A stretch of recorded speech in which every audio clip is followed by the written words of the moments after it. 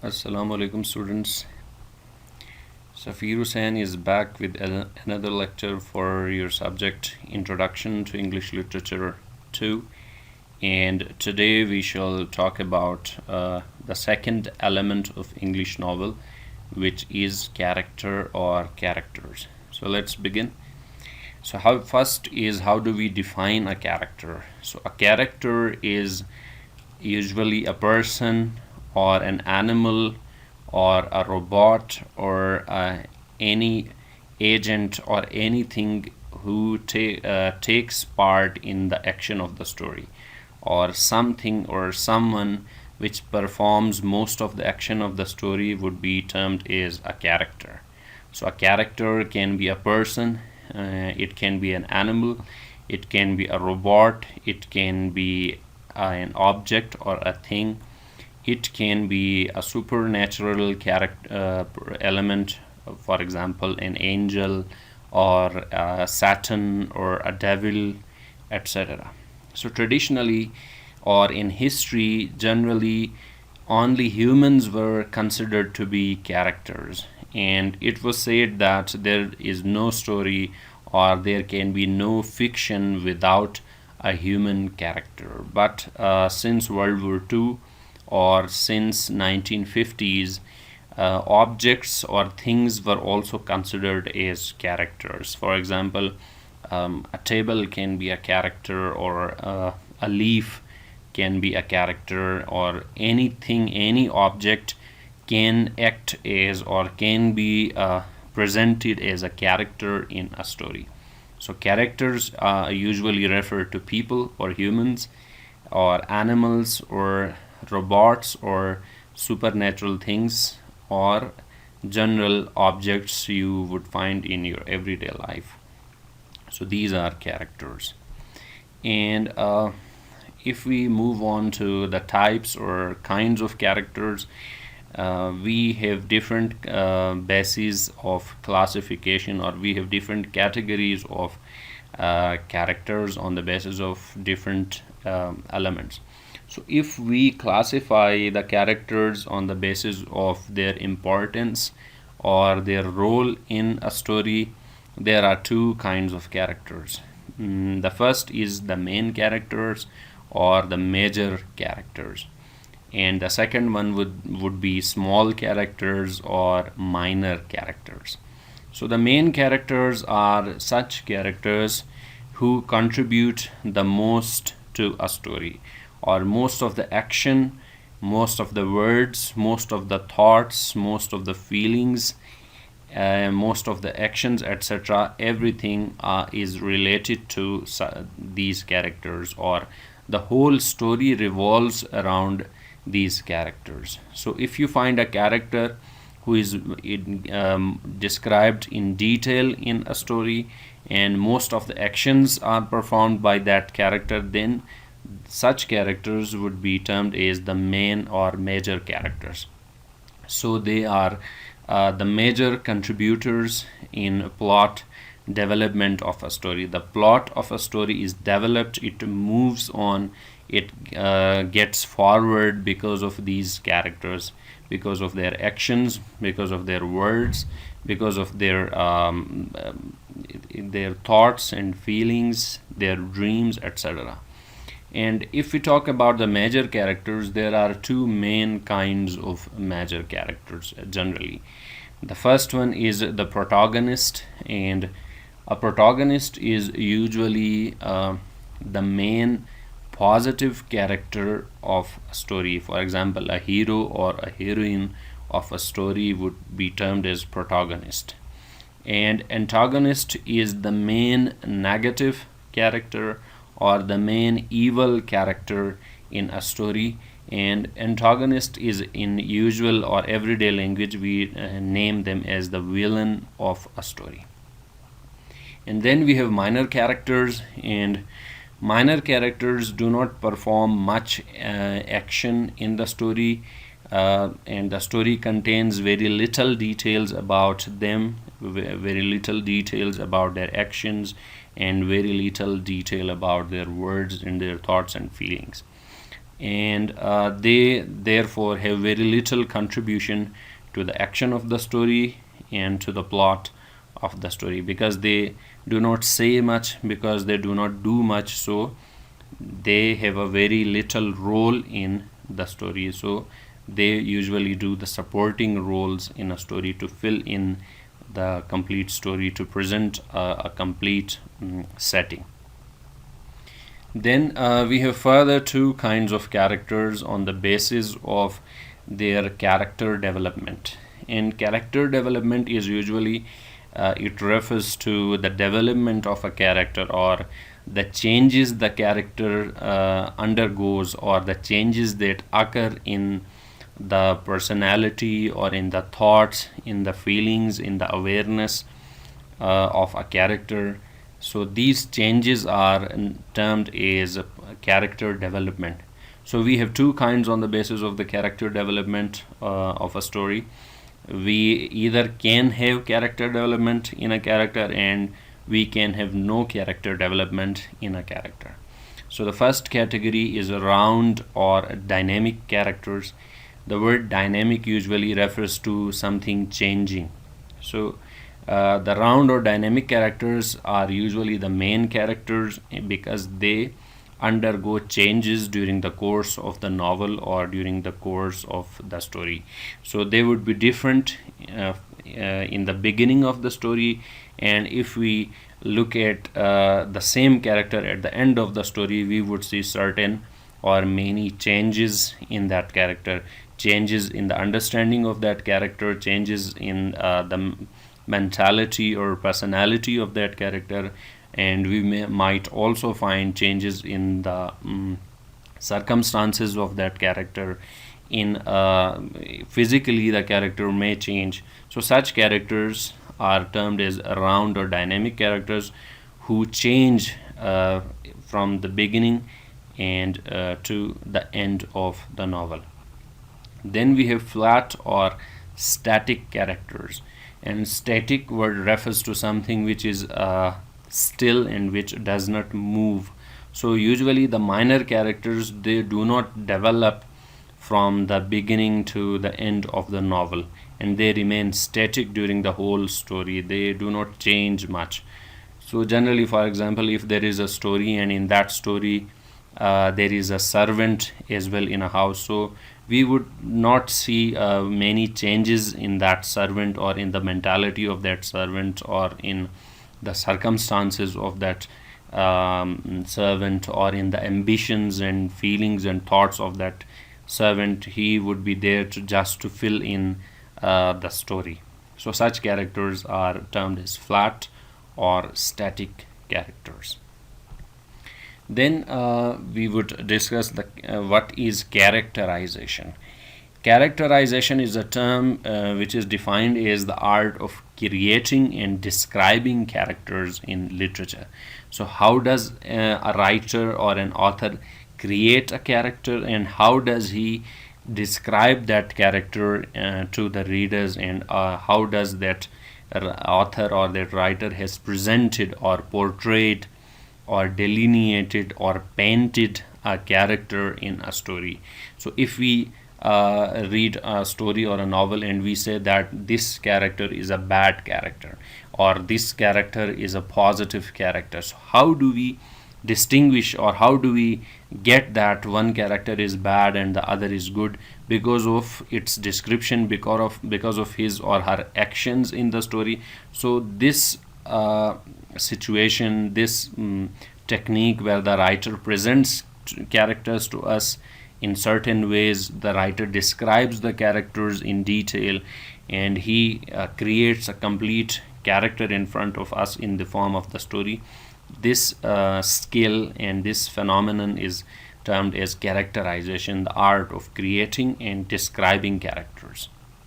So a writer generally describes the physical attributes of a character, about his appearance, about his or her dress, about his or her age and physical body and physical features, the color of his hair and the color of his skin and eyes, etc. The way the character walks or runs or performs different actions. And we do not only have the physical qualities described in a story, we also have a description of a detail of the personality of a character, what sort of personality that character has, what are his or her thoughts, what are his or her dreams or ambitions, what are his or her fears or apprehensions, etc.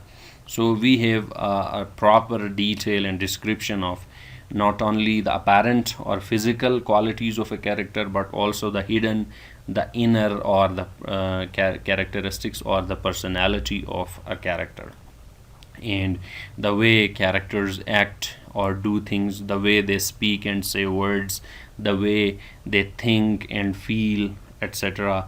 So all these things refer to the art of characterization. And generally, if you talk about characterization, writers usually present their characters, describe their characters in two distinct ways. We can have direct characterization and we can have indirect characterization. Let's look at them each. So direct characterization is also termed as explicit characterization. The word explicit means very apparent, or which is there for everyone to see. And in this kind of characterization, the author tells the audience what a character is like. So the word tells is very important here in direct characterization. So the author or the writer directly tells us, directly he writes about what a character is like, or what is his or her appearance, or what is his or her personality. And this telling may be done by the narrator of the story. You might have studied that a story usually has a narrator, a person who is telling us the story.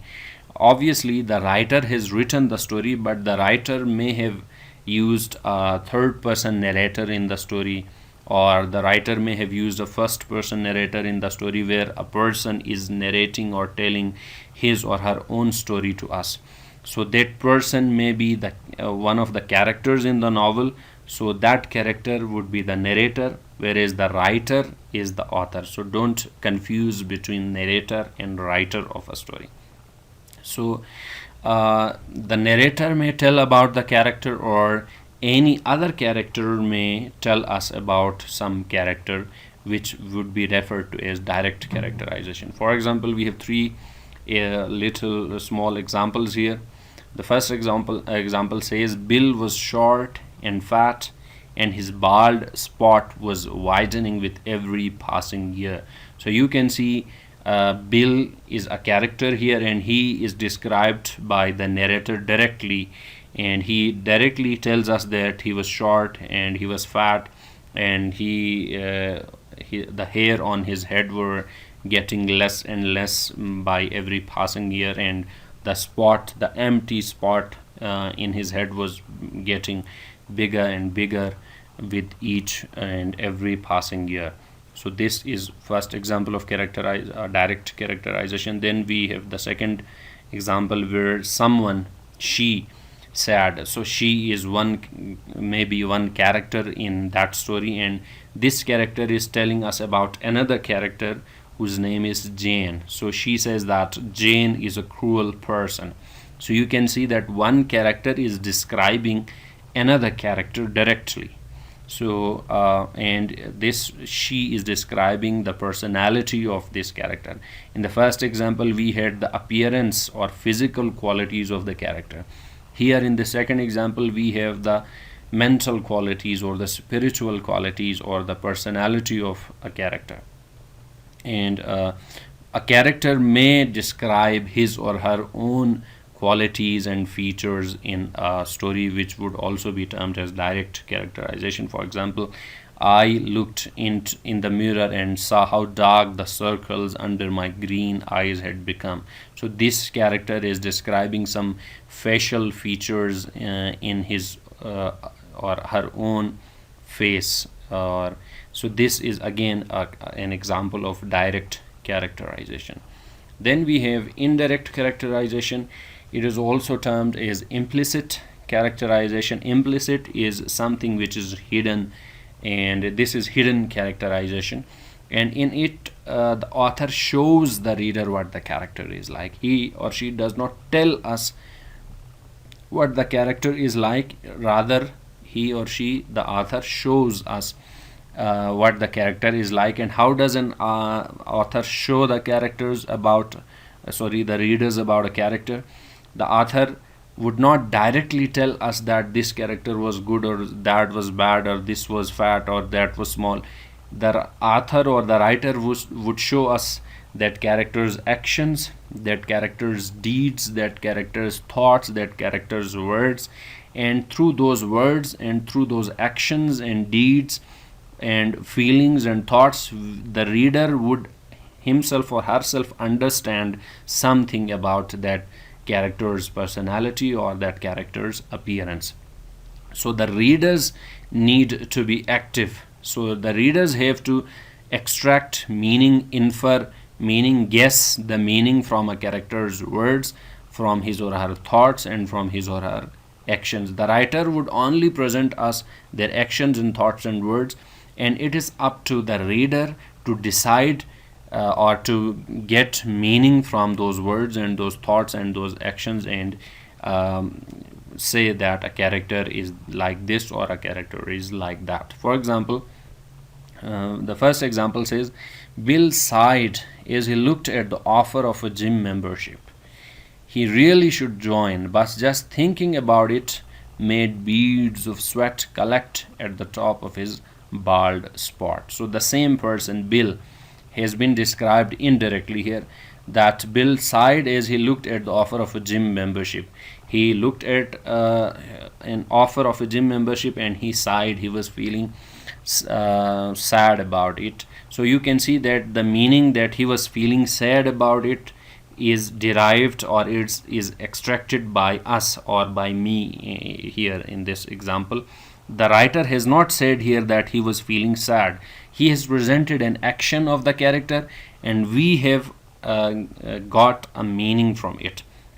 He really should join, but just thinking about it made beads of sweat, and he is sweating on just thinking about going to the gym. So he may have some fears related to going to gym. So again, this meaning that he may have fears is inferred or is guessed by us or by readers, and the writer has written nothing about it except presenting us the situation of a character. And secondly, you can see as Jane walked past the box labeled free free puppies, she furtively glanced around her, then gave the box a swift kick. You can see that there an action or a situation is presented, that there is a box somewhere on the way, and in the box, on the box there it is written free puppies. Puppies are small, you can say children of dogs, small dogs. So the character Jane saw that there is a box and there are puppies inside it, and she furtively glanced around her. She saw here and there that no one is watching her, and when she got confident that no one is watching her, she gave the box a kick. She kicked the box, or she kicked the puppies. So you can see that a person who kicks animals or puppies without any reason would be a cruel person. So you can see here the writer has not said that Jane was a cruel person. He or she, the writer, has presented an action of the character, and we have guessed that this is a bad character, this is a very bad action, this is a cruel action. And similarly, we have another example. I have left it to read for you and guess meaning by yourselves. Then we have an example from literature. Earlier were some general examples. Now we have some exact examples from literature. And here this passage has been taken from the novel Harry Potter and the Sorcerer's Stone. And it is, you might know that the movie Harry Potter is actually an adaptation of the novel written by J.K. Rowling about Harry Potter.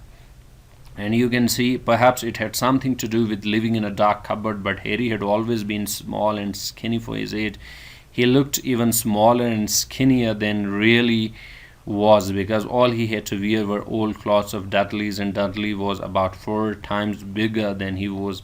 So you can see the writer J.K. Rowling, she is directly telling us about his circumstances, about his physical appearance, about his age, about his the thinness or being skinny of this character Potter, his size being smaller, and his clothes, the clothes he wears, his face and his knees and hair and eyes, etc. So all these things are directly told to us by the writer. So this is direct characterization, and it is an example from literature. Let's have a look at an indirect characterization, an example from literature. I forgot to give it a heading, so excuse me for that. This extract has been taken from the novel To Kill a Mockingbird, and it is a very famous novel by Harper Lee. And so here we can see, first of all, he said one character is saying something. If you can learn a simple trick, Scout, he or this character is talking to another character, Scout, and he tells Scout that you will get along a lot better with all kinds of folks. Folks is people, and get along better means to do well and to behave well with them, and to have a good company with them. You never really understand a person until you consider things from his point of view, until you climb into his skin and walk around it. So here the character, this he, is saying that if we want to have a good relationship with other people, if we want to understand what the other person is feeling, or what the other person is, his or her point of view is, and until and unless we consider ourselves and we put ourselves in the other person's place, we will never be able to understand that person, that whatever that person is going on or he or she is feeling. So we have to put ourselves in the place of the other person to understand his or her point of view, or to understand his or her situation. So you can see these words are said by one character, this he, and we can see that this he is a very considerate person. He is a very polite and courteous person, because he considers that we have to think about, we have to care about other people, and how can we have a good relationship with them. So he is a sympathizer, he feels sympathy for other people, and he cares for the point of view of the other people, and he tells us how can we understand the point of view of any other person. So generally we can remark that this person is a good person, he has sympathy for others, he cares for others, and he is a very polite and courteous person. So the writer has not here directly told us that this character, he is a good person, he is a courteous person, polite person, he cares for others. Rather, the novelist Harper Lee has presented us, has given us some words of that character, and through those words of that character we can guess what that character is, what he or she is like, or what is his or her personality. So this is termed as indirect characterization.